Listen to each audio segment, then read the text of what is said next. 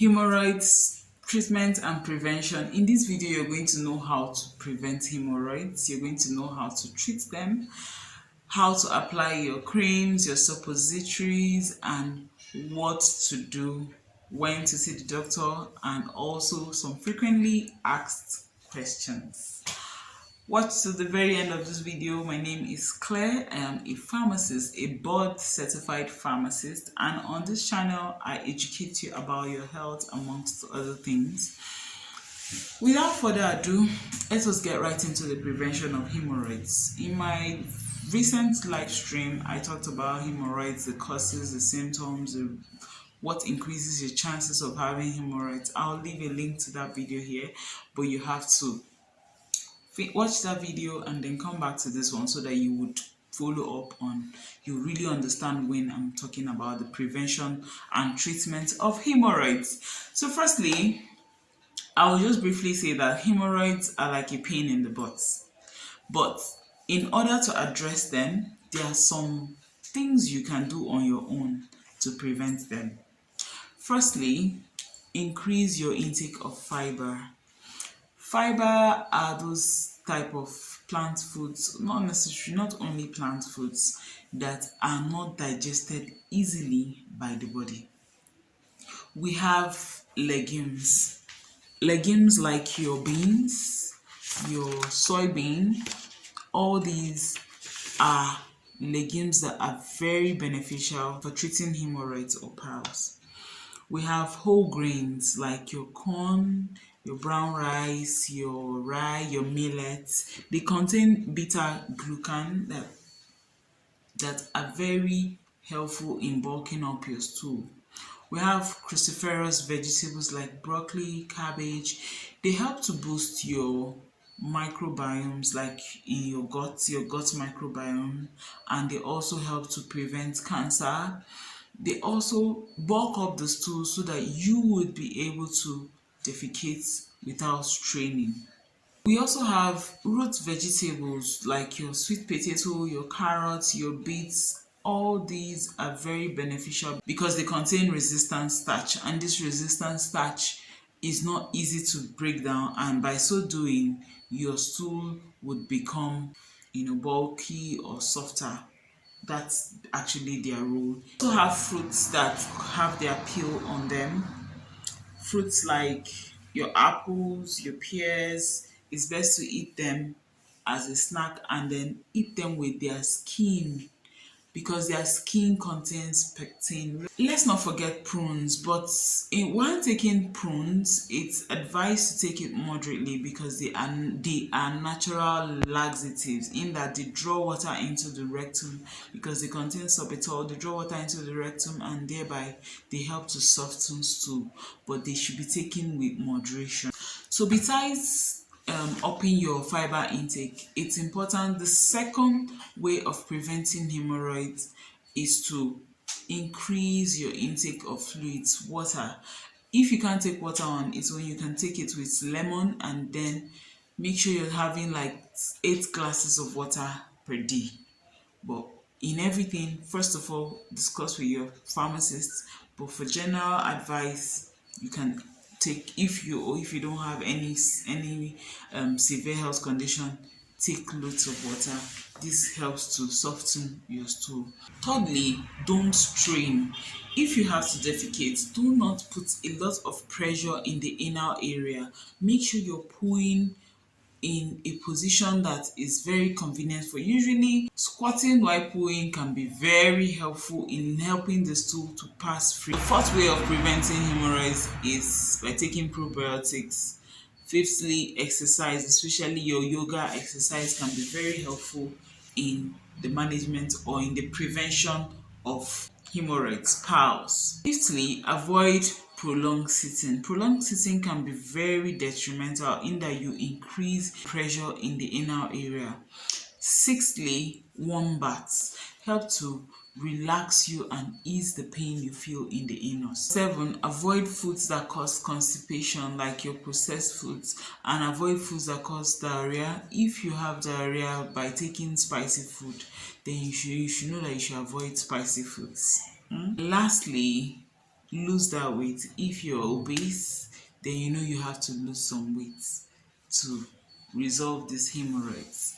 Moving on to home remedies, there are some people that use coconut oil, aloe vera, witch hazelnut, witch hazel pads.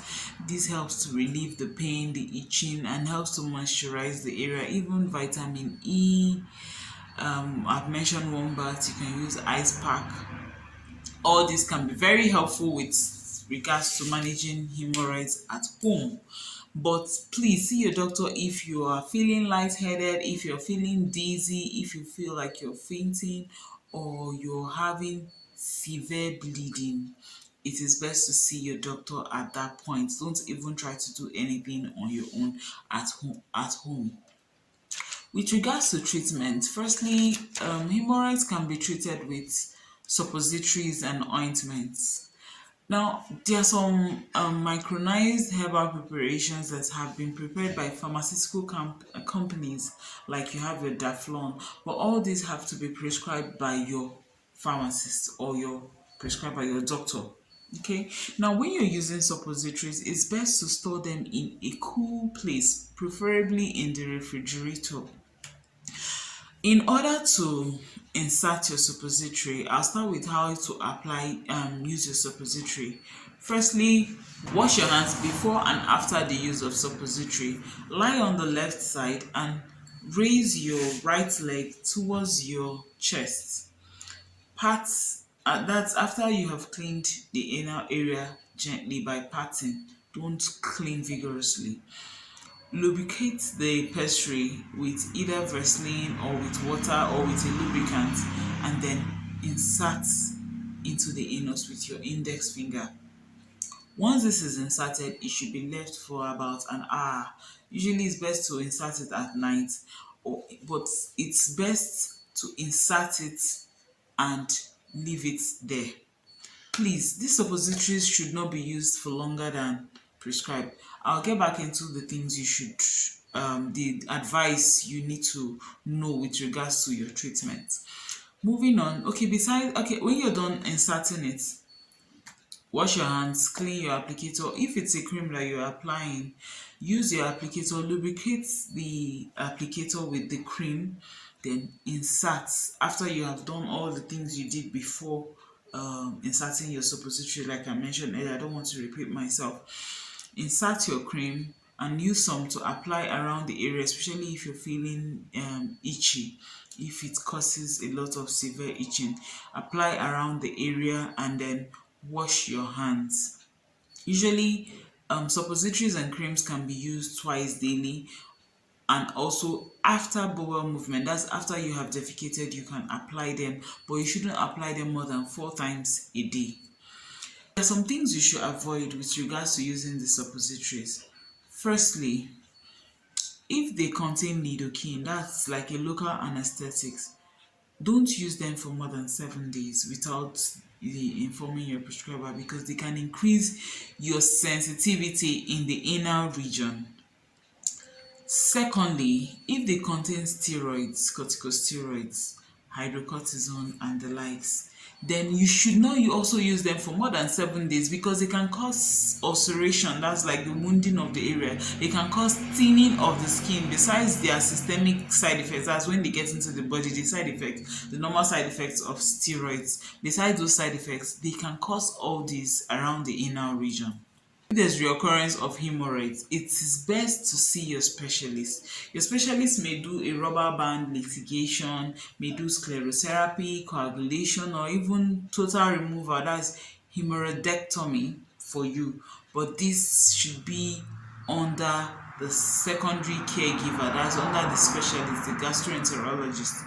Please don't ignore reoccurrence of hemorrhoids. Fifthly, NSAIDs like your ibuprofen should be avoided if you are already experiencing bleeding while defecating. The main side effect is that if you are allergic to the ingredients, it's good to let your doctor know or your pharmacist know, because you can react to those ingredients, obviously, if you are already sensitive to them or if you are allergic to them.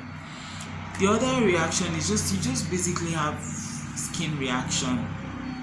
for introducing something your body is not always using, you may have that reaction. And for some people, they don't have any reaction with this medication. But please don't use these medications if you have a bacterial or fungal or tubercular infection or lesion or swelling in the inner region or even viral lesions. Please discuss with your prescriber before any of these treatments can be used. So there are some common ingredients that you have in your preparations, and we'll just quickly run through them. You may have like lidocaine, a local anesthetic that helps to relieve pain. It may contain petroleum, that's mineral oil that helps to moisturize the skin around the area. It may contain some vasodilators that helps to relieve swelling. We may have zinc oxide. Zinc oxide basically helps to alleviate itching. We have balsam of Peru, especially in Anusol. It helps to strengthen the blood vessels, and also it can serve as an antibacterial agent. We have bismuth, which this is an astringent that helps to reduce the swelling of the area. We have aloe vera or calendula. They help to moisturize the skin around the area. We have horse chestnuts, which helps to reduce swelling and strengthen the blood vessels. We have hyaluronic acid that helps to speed up healing, and vitamin E that basically moisturizes the area. Also with the fruits, you can up your intake of almonds, berries, chia seeds, avocados. All these are very beneficial in the management of hemorrhoids.